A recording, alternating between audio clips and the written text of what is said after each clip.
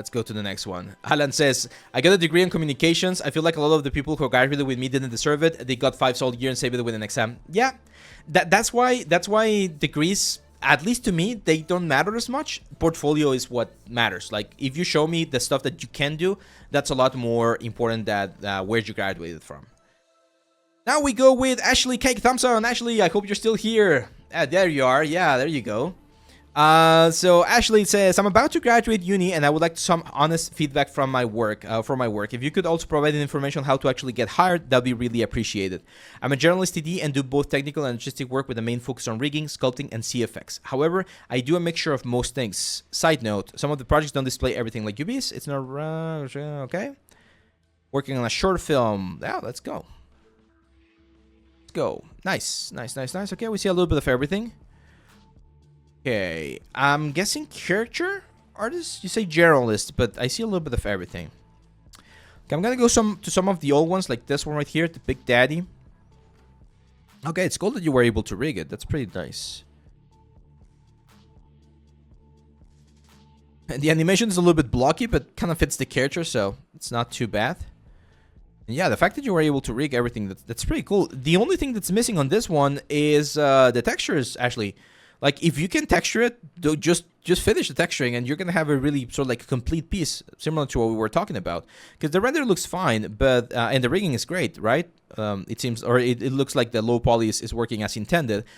But we just need the textures. So texturing this would be a huge thing for the portfolio, and it shouldn't take that long. Very careful with this one, Ashley. I understand that you're doing Python scripting right now. ArtStation is not really the place to share this because not a lot of people are going to be clicking on this. And don't get me wrong, like, this is pretty cool. Okay, what is this? Not my main focus. I'm not really sure what this is. To be honest, if you want to showcase your like scripting capabilities, I would probably just do a YouTube video and just like go through the whole thing, narrate and explain why you did what you did. It's good that you know how to do Python scripting. I learned it back in the day. I don't know how to do it nowadays. But it's a good skill. I just don't think it's the best skill to have here on your element. The Great Unclean One. Nice. Looks very Warhammer-ish. Yeah, that's a nice shot. Again, a little bit dark. But the sculpt is fine. Oh, a lot of UDIMs as well. How many we have? 7 UDIMs. Okay. Yeah, it's getting more and more common to use a lot of UDIMs for our characters because computers can handle it now. So, yeah. This one I don't love, and it's mainly the topology is fine, and the rigging is also fine. It's the cloth. The cloth looks a little bit lumpy. This sort of like latex or leather suit, it looks a little bit lumpy. Yeah, I'm not sure where you did it. Did you do Marmoset or was it Vax Rig Reconstruct? Yeah, I'm not sure. Like, if you sculpted the wrinkles in ZBrush, I think the wrinkles are missing a little bit. They look a little bit too lumpy. I would expect latex to look a little bit more stretched and a little bit smoother in certain areas. But other than that, this looks fine. And again, texturing, it's a little bit on the sort of like simple side of things. And then this one, the Marionette. Ribbon rigging script, and the second one is a scattering system. Oh, nice. Yeah, here's the thing, actually. If you're going to be doing like that advanced sort of like cloth, Marvelous is better, right? For instance, here, it looks like you use Houdini for the simulation, so that's pretty cool. There's one thing I'm going to say, actually. One thing that I really like about your portfolio is that you are doing what I just mentioned, which is focusing on thinking about the final product, right? Like, this could be used for a commercial or like a cinematic or something, and it will work very, very nicely. So that's good, but we do need to push the presentation a little bit. Like, here, I feel like there's too much light on the background, and we're not focusing enough light on her. But all of the animation for the ropes and everything, that looks pretty sick. Like, it seems to me like you're very technically oriented as well, so you might want to consider focusing on being like a tech artist, because it seems like you really like all of these things. Like, I've never seen this. Like, this is Houdini, right? I haven't used Houdini, and this is really, really intense. So I know there are industries and studios that value this kind of like complexity and interest in being able to solve complex assets like this one. Texturing is I would say one of the weak things that I see in your portfolio right now. So if you could focus a little bit more on making more complex textures for your characters, I think that would be a good investment of your time. But yeah, other than that, because you mentioned you want to be a technical artist is definitely, or technical designer is definitely what I would try to focus your portfolio on. So more of this. I would recommend more of this sort of like stuff. Like if you're going to be doing, again, more technical things like hair and cloth, that's really cool. And here's where the next sort of like advice comes into play, actually. If you don't want to do texturing, if you don't want to do modeling, that's fine. But here's where collaboration really comes into play. Go or look for someone who's doing a really cool like piece. For instance, who do we have here a couple of like portfolios ago? I don't know. We had another portfolio. Yeah, even here, even Juan Francisco, right? Like you could be like, hey, Juan, what if you lend me the like Hollow Knight like thing, and we look for an animator and we animate the cape, and that's a collaboration between 3 artists, and that looks more like a finished product than just like a tech demo of what you're doing. Okay.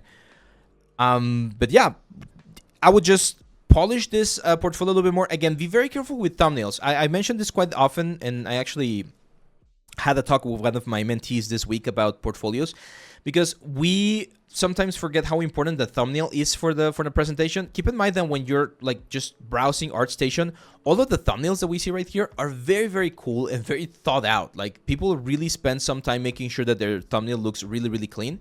And that's why we need to do the exact same thing here. So for instance, if we see that the thumbnail is very, very dark, like this one's right here, it can be a little bit difficult to really focus on the element. I would go for a more sort of like close-up thumbnail here, for instance, for the doll. And then when you open the project and you see that there's a lot more stuff, you get a very nice surprise, right? Because there's more elements. So be very mindful, guys, about the thumbnail that you pick for your project, because that's what's really going to sort of like catch your attention. Does anyone knows when Houdini will buy all of this? No, I don't think that's gonna happen, man. I definitely don't think that's gonna happen.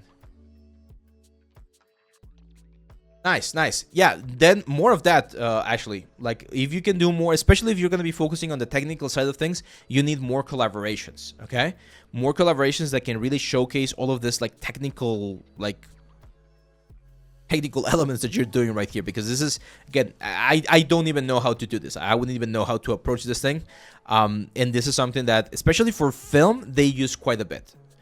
Games, I don't know if they're going to be using that too much, but for film, they do use those simulations quite a bit. Yeah, no, everything makes sense, actually, and I hope my advice is also helping you. Keep pushing some of this stuff. I know you asked on this thing how to get seen by people. Social media right now is super big. You know, TikTok, Instagram, YouTube, like everything that you can do to showcase that stuff, even if you just start little by little, that's a great way to get your stuff out there, okay? And here's another thing.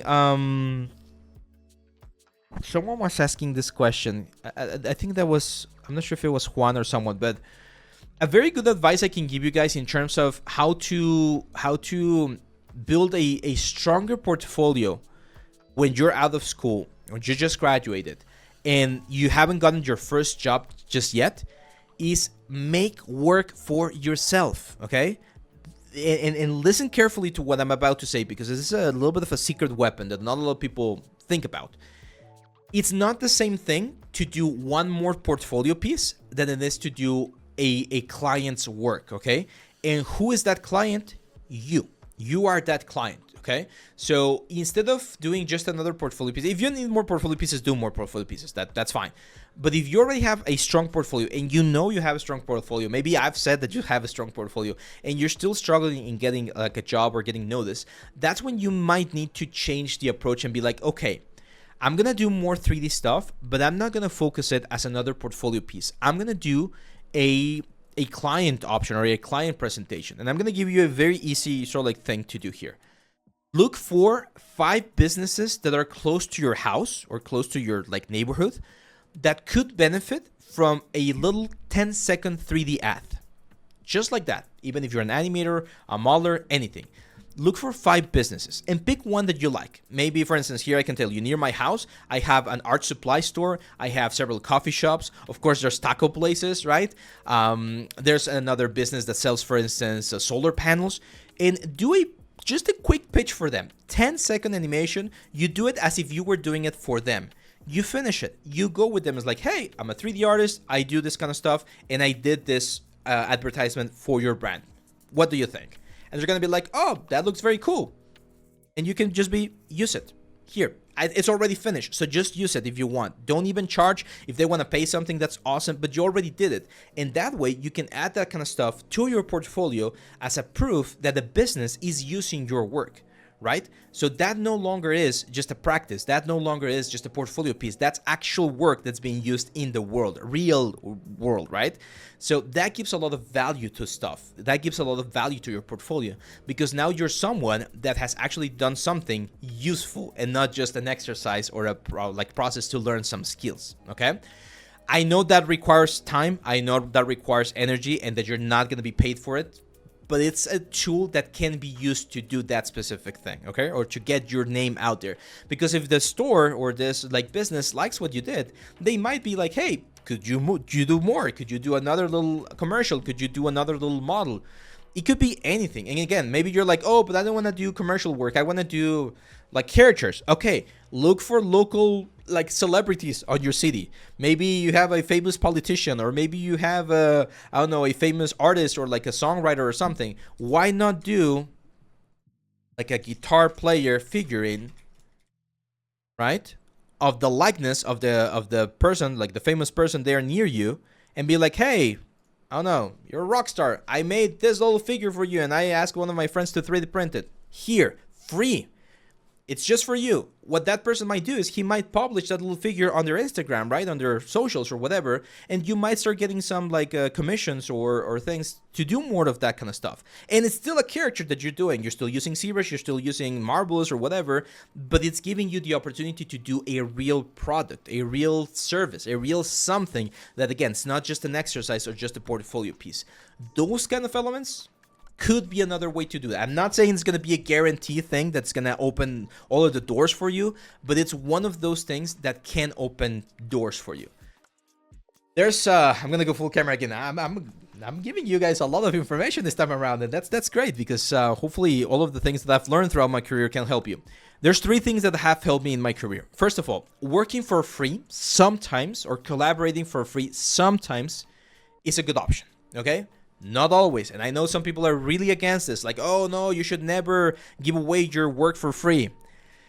I know, in principle, that should not be the case. But especially when you have absolutely nothing else, right? Like if there's no one hiring you and no one knows who you are, if you need to do that, if you need to work for free as an intern in a company for a couple of months just to get your foot on the door, if you need to, again, like give away some of your stuff for free just to build up a portfolio, right? Like if that's what you got to do and you can afford to do it, because I know not everyone can afford to not work for 2 months, right? Like you need to pay bills and stuff like that. But if that's something that you might need to do, well, you might want to try it, right? If you ask, for instance, your photographer friends, most of them, the way they started was shooting for free, asking for someone to allow them to go to their wedding or to a special event and just shoot for free and give away for free their stuff so that they could build their portfolio. A lot of people start that way. How many musicians do we know that start playing for free on a local bar in a local cafeteria? Again, it's very, very common, especially in art-related stuff, to start for free or for sort of like commission, or not commissions, like collaborations, so that you get your name out there and you get the first opportunity. That's the first one. Do stuff for free. Second one, do your own proposal. Go to someone, go to a local business, with one of your friends and be like, hey, I'm a 3D artist. Is there anything you need, or is there anything you're trying to do, visually speaking, right? Like, do you need some 3D models? Do you need some illustrations? Do you need some renders?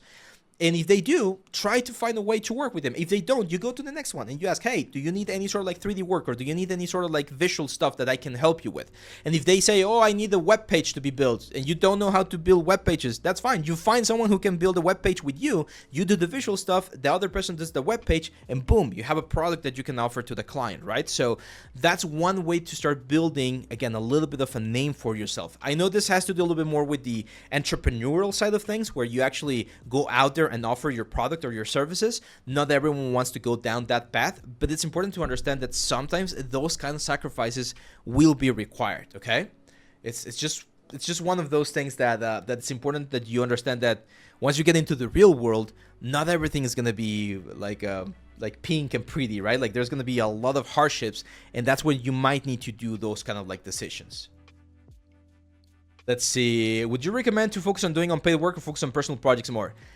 That's the great question, Rusty.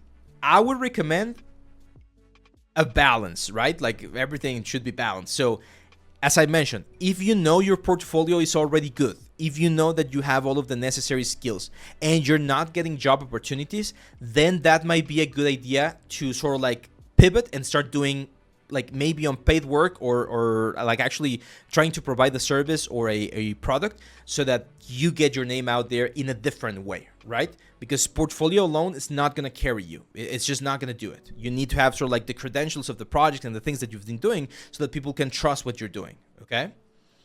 Would you recommend posting art tests on your portfolio? Yes, art tests are fine. I think something like that is better to do if you have a day job or something to pay the bills. At least at that point, you're not frankly. Yes, exactly. That's why I mentioned, Davis, that it really depends on your situation. Because I'm gonna give you a perfect example of what I see every day, at least here in Mexico. I have a lot of students that live with their parents. They don't do work, like they're not working currently. They graduated, and they're neither working on their portfolio nor working on what I just mentioned of trying to offer a service for free. They're just sort of like on their house, playing games, waiting for the perfect time where they get like a phone call and it's like, hey, we need you. We saw your portfolio and you're the right fit for a studio. Come and work for us. That's not going to work. That's absolutely not going to work. If you have a day job and you're doing this as a hobby and you're trying to get into the industry, that's a whole different like conversation. And I'm not saying it's easier or more difficult. It's just like completely different thing. But a lot of people, and maybe I'm talking to you right now here on the stream. Maybe you are one of those. You just graduated and you're just spending your time on your house waiting for the call or for the email to tell you that you're being like looked for in a specific studio. They're not going to call you, man. They're not going to send you the email. You need to be working on actively showing the world what you can do, either through your portfolio or, as I mentioned, through a way to collaborate with other people. You need to be out there. The opportunities are not going to knock on your door. That's not how it works. You're going to be out there on the world. You're going to be looking for these opportunities. You need to talk to people, and that's when you're going to find the options. That's when you're going to find the opportunities, and you're going to be able to get your name out there. So if you're just waiting for things to happen, they're not going to happen. It's time to go into action, guys.